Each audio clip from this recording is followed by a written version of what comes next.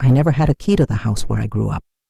Not because I was too young or irresponsible, but because in that house, no door needed or could be opened by me.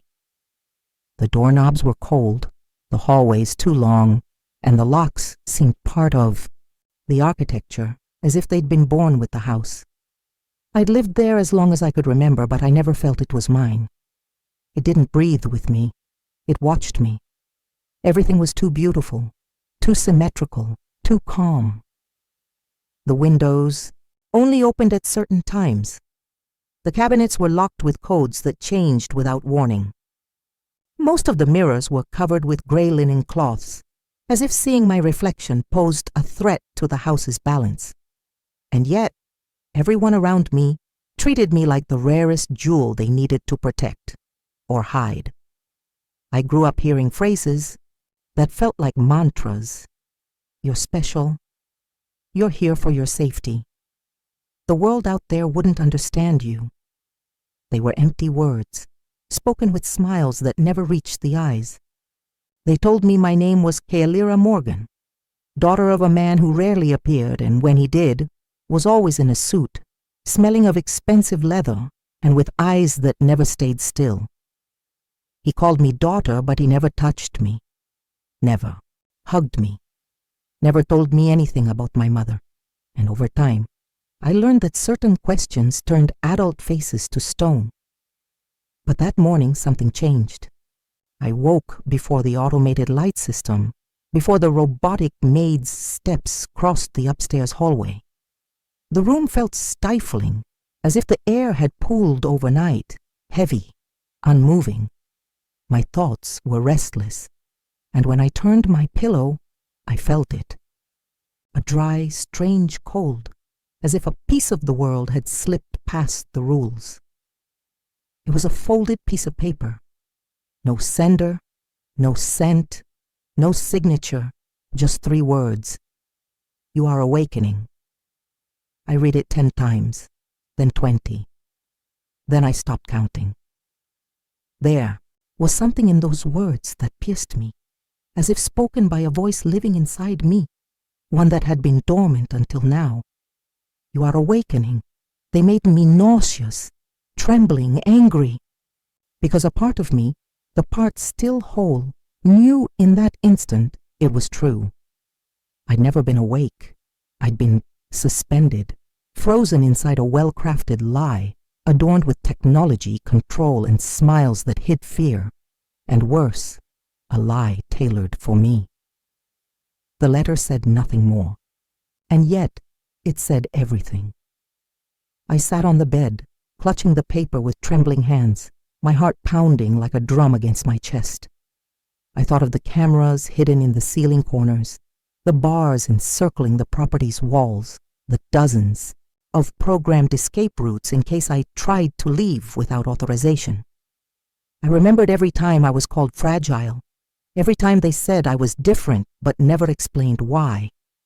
And for the first time in years, the fear that kept me quiet turned into something new, something warm, something alive. It wasn't courage yet, but it was the beginning. The paper was still between my fingers, crumpled from being gripped so tightly. I didn't want to let it go.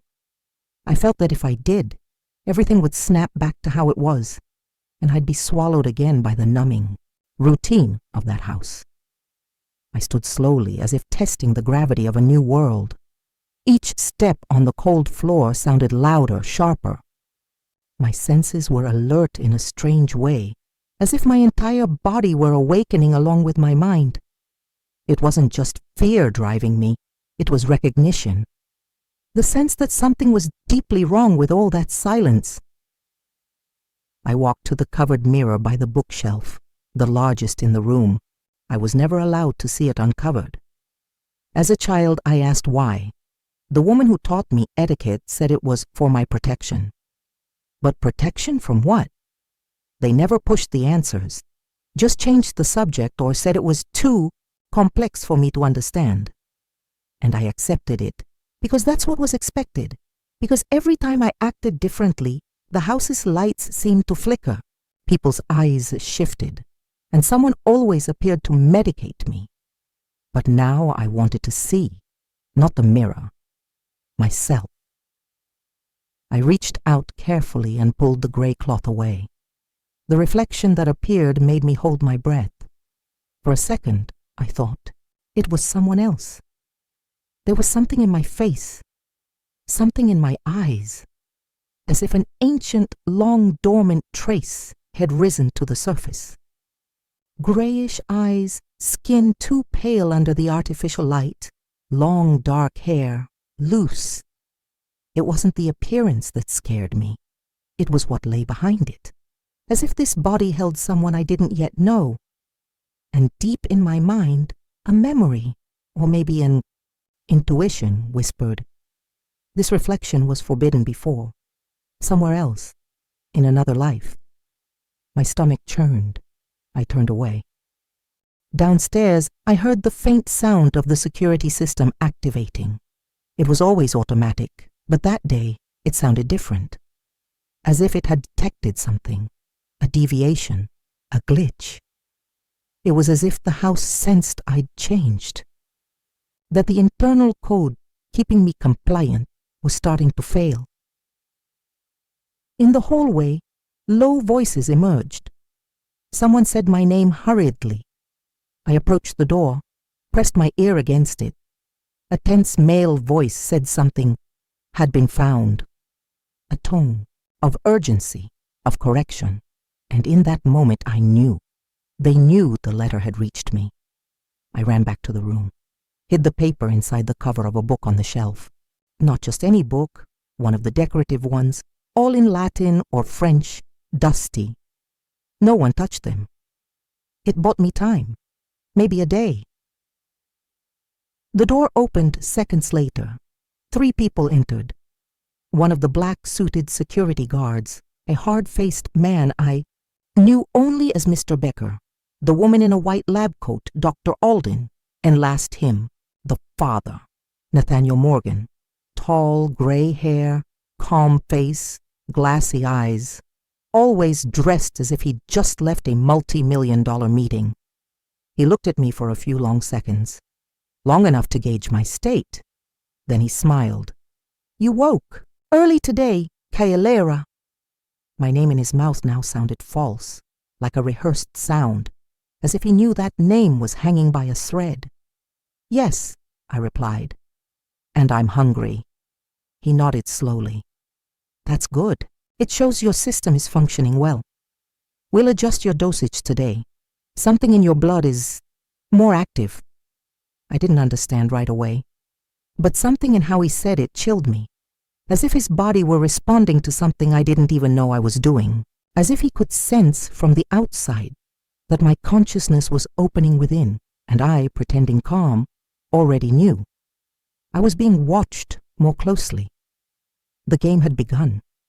The rest of that day dragged like a poorly written play. Every move I made was followed by invisible eyes. The staff were quieter.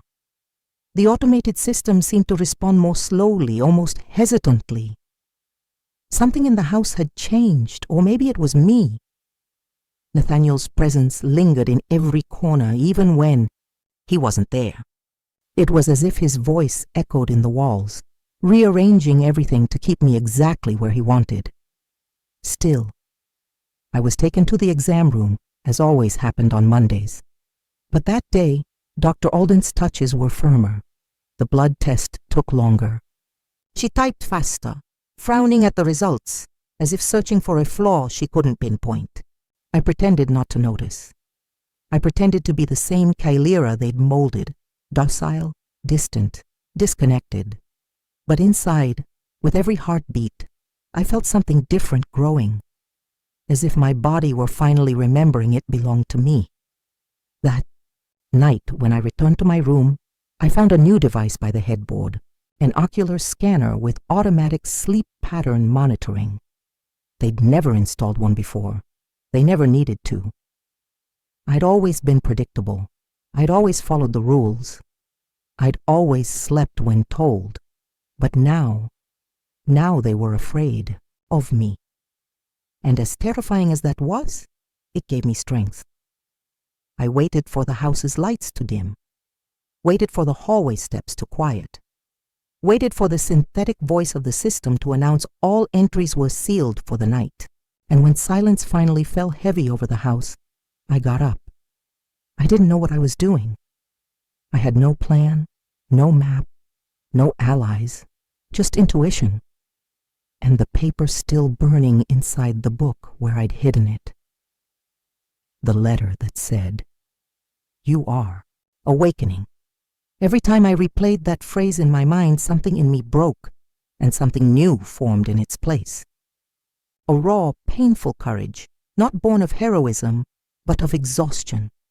I couldn't stand being an enigma to myself anymore. In the back of the closet, I found what I needed: an old backpack with neutral clothes, a dark cloak I never understood why was there, and a silver brooch with a symbol that always felt too familiar. 3 intertwined lines forming a circle. I touched the metal with my fingertips. It was cold.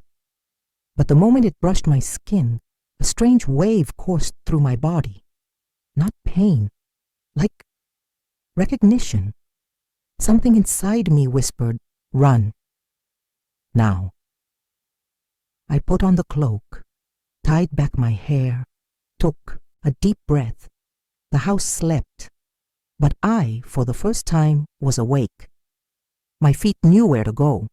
The service stairs, the old elevator, the indoor garden, the low gate hidden among the greenhouses, always locked, but not that night. The latch was open, as if someone knew, as if someone were waiting for me. Before crossing the garden's boundary to the road, I looked back. At the mansion where I grew up, at the place they called home, but which was always a prison. For a moment, I wondered if I'd return. If I should. But my body answered before my mind, no. Not until I knew who I truly was. Not while my life was a well-decorated lie. And then, I took my first step out. The night swallowed me with a cold, silent embrace, and I went. The road ahead was narrow and endless, wrapped in a darkness that felt more alive than empty. Each step I took was a break from everything I knew, and yet there was no fear. What I felt was something else, raw, ancient, as if a buried instinct were finally opening its eyes. Freedom, even raw and unknown, tasted different from panic. It tasted like truth. I didn't know where I was going, and oddly, that was the only certainty I needed. The night was thick, the wind cut my skin, and my body was starting to ache with fatigue, but I kept going, because stopping meant thinking, and thinking now was dangerous. If I let my thoughts catch up, I'd have to face questions I wasn't ready to answer. Like, who was I before the house? What did they erase? And who was really behind that letter? I walked for hours. I lost track of time. At some point, the sky lightened slightly, and I could see my own feet, dirty with earth, the soles of my worn sneakers splitting at the toes. My body ached. Every muscle screamed for rest. But inside me, something grew. A kind of resilience I didn't know I had. As if my body were relearning how to be wild. As if it were telling me, "You've done this before." By the edge of a smaller, deserted road, I found an old wooden cabin with a bench covered in dry leaves. I sat, trying to quiet my own heartbeat. The silence around me was so intense it made me dizzy. In the house, silence always came with surveillance. Here, it was raw, organic, but no less dangerous. My eyes scanned the horizon for movement. Cars, voices, anything. Nothing. Just wind and creaking branches. Then I felt it. I didn't hear footsteps. I didn't see shadows. But I knew someone was there. It wasn't paranoia. It was something else. My body sensed it before my senses did. The same chill on my neck, the same tension that hit me in the mansion when someone approached with a smile hiding intentions. I stood slowly without a sound. The silver brooch in my backpack pocket seemed to hum faintly, as if sensitive to the presence. I grabbed it without thinking, gripped it between my fingers, and I heard. A low voice, distant, almost inside my head. One word, Kaelyra. Not spoken as a call, but as a reminder. I spun around quickly. No one, no sound but the rustling leaves. But my heart knew I was being followed, or guided, or watched by someone who knew more than I did, and who wasn't there by chance. I wanted to run, but I didn't, because something in me, something only now emerging, no longer wanted to flee blindly. For the first time, I wanted to look, to face, to feel the weight of what stalked me, and so I just walked.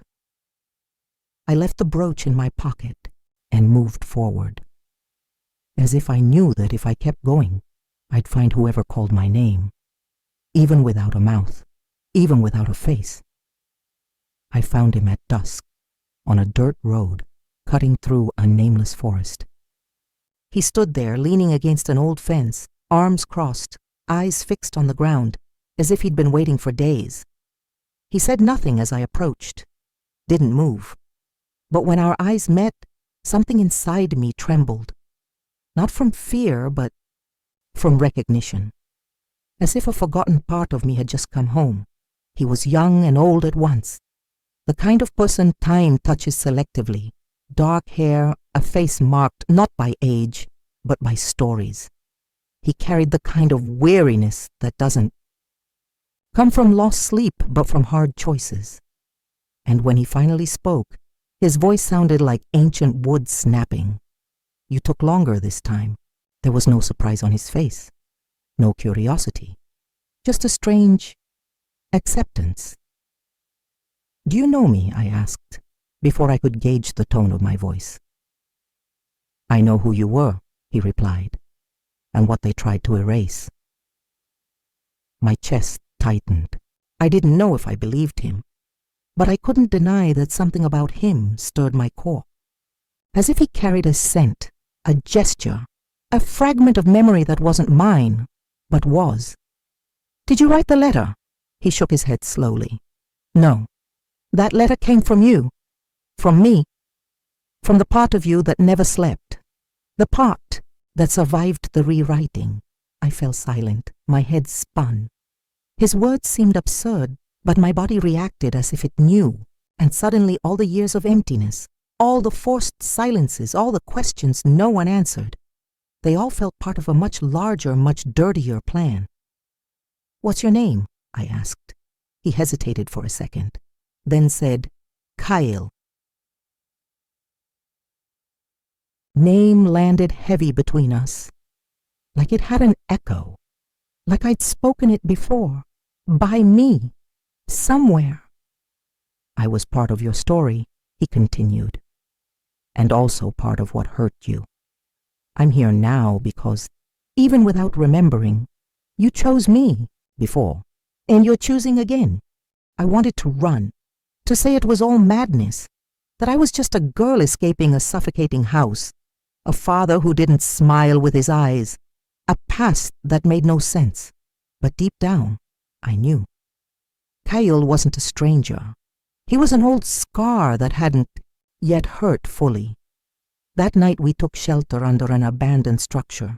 The cold was biting, but I didn't feel it, because my mind was elsewhere, far away.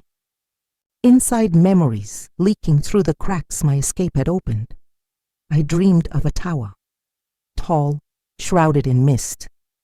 I was in it, but not as I am now. I was more, wearing clothes I didn't recognize, speaking words I didn't understand upon waking. And below, Kyle watched me, with the same eyes now gazing at me across the fire. When I woke, he was awake, staring at me. Did you dream of her? He asked.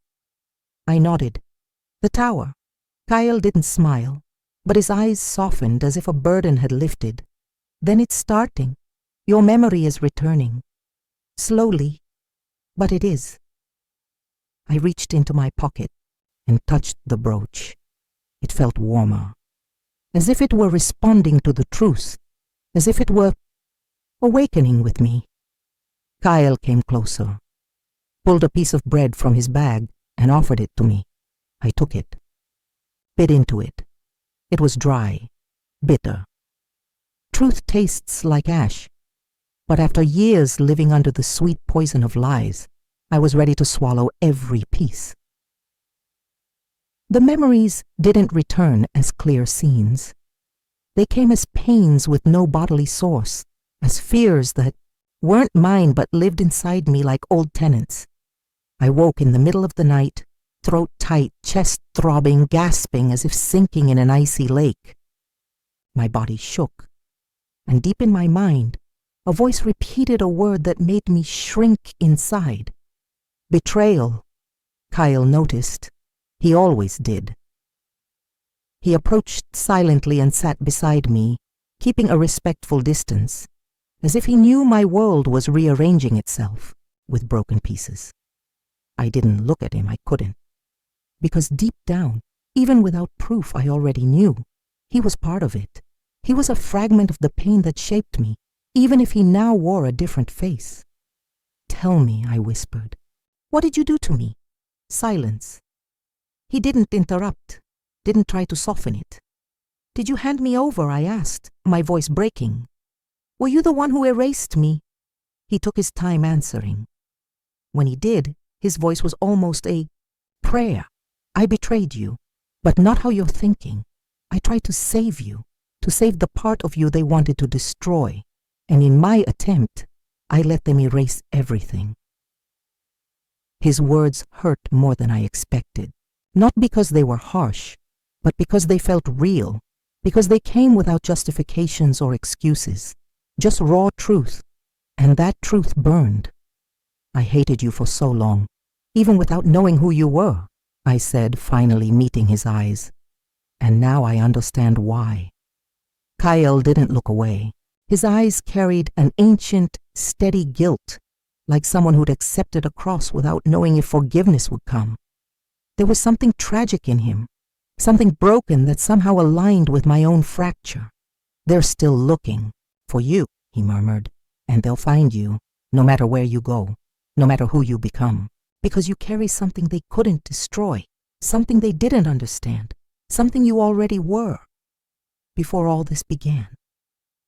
His words made my body go cold, because in that moment I felt it, in my blood, in my skin. Something stirred, not power, not fury, not fear. It was memory. It was identity. It was what had always been there, waiting for me to become strong enough to carry it again. The next morning, we traveled on with little talk, but the silence between us was different now. No longer the weight of secrets, but the space between two truths about to collide. The path that once felt uncertain now smelled of an end. Not an end as closure, but as revelation. That's when we saw them, 3 men, dark clothes, expressionless, standing in the middle of the road, and among them a woman, young, beautiful, amber eyes.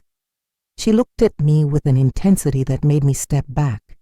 Then she smiled, not a welcoming smile, but one of recognition. Kaelyra, she said, pronouncing my name with a precision that cut. You finally awakened. My body froze, and before I could react, Kyle had already stepped between us, his hand on the blade he carried. She took a step forward, still smiling. Do you remember me? And in that second, images hit like lightning, blood on my hands, screams in the distance, the same woman holding my head as something was torn from inside me. Not physically, spiritually. My body wavered. Kyle grabbed my arm, and I knew. The end wasn't far. It was watching us, and when it finally came, I wouldn't be the same. The road to the city felt narrower now. Not physically, but within me. Every step I took beside Kael was a deeper dive into waters with no return. I was no longer the one who first fled. Something in me had shed itself. Something in me had returned. And though I still didn't understand what lived in me, I felt it wasn't small. I felt that my whole life, they'd tried to contain me in a body too small for what I was meant to be. After the encounter with the amber-eyed woman, something in me stirred relentlessly. The visions came stronger, as if her presence had unlocked, a room sealed from within. Memories cut through my sleep, my silence, my present. I saw her, younger, laughing beside me, practicing words in languages I didn't recognize, then crying, then holding my head, then betraying. She'd been my friend, or something close to it, but she'd bowed to power, and for some reason, she'd helped strip my identity, burying Kaelyra under layers of obedience and silence. And now she was back, like a well-dressed specter, to finish what she started. Kael led me to a forgotten house on the outskirts of a small, nameless town. That's where it all began. Not my life, but the fall, the betrayal, the ritual that erased me. When I stepped inside, the air felt denser, older. The floor creaked as if it recognized my steps. And when I crossed the central room, I knew. I'd been here. I'd screamed here. I'd been stripped of what made me whole, right in this place. I knelt on the floor, touched the wood with my hands, and a pain pierced my chest, like a blade from within. Not physical, spiritual. A memory, returned whole. I was bound, a circle drawn around me, people in black, faces covered, and in the center, her, the amber woman, holding a stone, chanting words that made my body levitate, and Kael, standing outside, not stopping it, just watching. Tears fell before I could stop them, and he knelt beside me. I couldn't stop it, he whispered. But I'm here now. I looked at him, not with anger, with clarity. Will you help me reclaim who I was? He nodded. No, I'll help you be who you are, even if it destroys what's left of me. That night, I dressed in clothes Kael pulled from a hidden compartment under the floorboards. An ancient tunic bearing the symbol from my brooch. The three-line circle. When I put it on, I didn't feel like I was disguising myself. I felt like I was returning. At dawn, we went back, to the city, to the central building, to the hall where Kaelyra Morgan pretended to lead an elite organization, but where, in truth, the decisions about me were made. We entered uninvited, and when he saw me for a brief second, his eyes changed, not from fear, from recognition. Kaelyra, he said, with that smooth voice that now disgusted me. I knew you'd return. Not for you, I replied. For me. The room was full. The amber woman stood to his right, Kael behind me, and everything in me burned. But it was a good burn, like lightning clearing the sky. You built an empire on a lie, I continued. You erased me, rewrote me, hid me from myself. But you know what you couldn't do? Destroy. They didn't answer. No one dared interrupt, because in that moment there was no obedient princess, no more farce. There was Kaelyra Morgan, and when I raised my arm the symbol glowed on my wrist, not from the brooch, but from what had always been under my skin. They understood. Too late. They said nothing, but their eyes said everything. I was the error they couldn't fully erase, the flaw in the perfect structure they'd built, the crack that grew in the silent pillar until the whole building trembled. They looked at me like one watching a storm form on the horizon, knowing there's no shelter left. The amber-eyed woman was the first to move. She stepped forward, her, expression calculated, but her shoulders stiffer than before. She still carried that rehearsed beauty, the polished smile of someone trained to persuade, not to feel. "You don't understand what you're doing," she said, her voice low, trying to sound maternal. "They'll hunt you. What you were was buried for a reason." "It wasn't buried," I replied. "It was silenced, and now it's screaming." She tried to advance, but Kyle stepped between us. The move was quick, natural, as if he knew this was the moment. His body was a wall, but his eyes said something else. They were ready for the end. "She's not alone anymore," he said. She smiled, a sad, almost pitying laugh. "You never learned." And then everything happened too fast. The men around her moved, trying to surround me, but I was already in motion, not with strength, with memory, not with anger, with conviction, because in that moment it wasn't a girl facing a system. It was a name forgetting it was ever erased. I raised my hand, the symbol burning under my skin, and a warm wave swept through the hall. Not light, not magic. It was the accumulation of everything denied me: voice, body, choice. They tried to retreat, but it was too late. I didn't need to touch them. It was enough that they looked into my eyes to understand the time of domination was over. The woman stumbled, her knees buckled. She tried to speak, but her voice was swallowed by the force now enveloping me. And somehow I knew I didn't need to destroy her. I'd already done enough by surviving. Kyle approached, touched my shoulder cautiously. I turned and saw in him a reflection I recognized. He wasn't the same one who'd betrayed me. He was the one who stayed. "Now what?" he asked. I looked around. The hall was crumbling, not in its walls, but in the lies that had always held it up. The people were on their knees, not from submission, from disorientation. Because when truth rises whole, eyes accustomed to darkness don't know where to look. I took a deep breath. Now, I don't run anymore. We left the building under the gaze of empty faces. No one tried to stop us, because freedom, when it becomes inevitable, paralyzes even the jailers. Outside, the sky was clear. For the first time in years, I felt the air as it truly was, cold, light, real. And as it touched my skin, it gave me the certainty no prison could ever take away. Kaelyra Morgan exists, and she won't vanish again. They still call me many things. Some call me a shadow, others an heir. The few who dare speak my name do so in whispers, as if it still carries the weight of a spell. But to me, it's never sounded so light, Kaelyra, not as a memory. As a presence, I've built a new life far from the eyes that once watched me, not as an escape, but as a choice. Freedom, I've learned, isn't the absence of walls. It's the permission to exist without needing approval. And there's nothing more dangerous to those who control than someone who remembers who they are.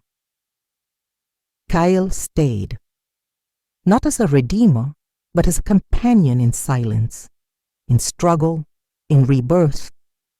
We don't talk much about what we were. Some memories still hurt. But there's also a silent love that only blooms between those who survived erasure together. Sometimes I still wake startled, with the bitter taste of old lies stuck in my throat, with distorted images, with voices calling me by names I no longer accept. But then I feel the tattoo under my skin, the symbol that never abandoned me, even when I was taught to forget it. And I remember I came back, not as a return to the past, but as an affirmation of the present. I am made of every version they tried to erase, and each one now walks with me, free.